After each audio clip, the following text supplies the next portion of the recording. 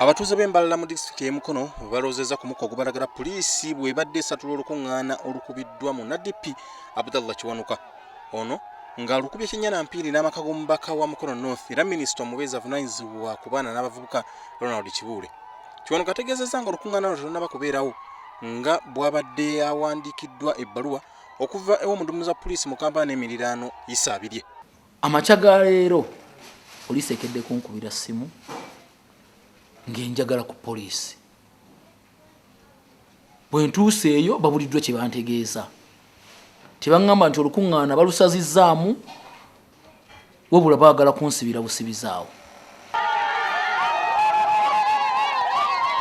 Abadde yakatandika okwogera eri abantu ne zireeta poliisi ng'eduumirwa Hajji Siraje Bakaleke ng'ono nno yatwala obuvanjuba bw'ekibuga Kampala olwo ne batandika okugobagana ng'abatuuze bwe bakanyuga amayinja ng'era abasirikale abamu bakubiddwa.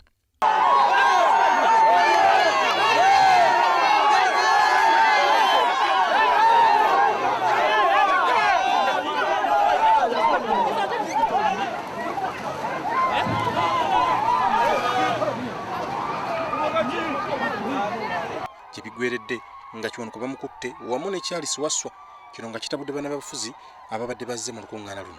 Tuwense yajja gikuuma na mundu na poliisi eremese abamuvuganya okuba enkungaana.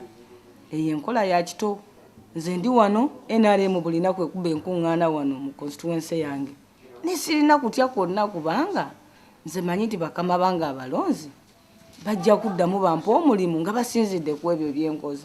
Wabula batuukiridde minisita Kibuule ku lukomo lw'essimu ategeezezza nga poliisi bw'eyimiriza olukungaana olubadde ku kyalo kye nga teyagala bantu kutaataaganyizibwa.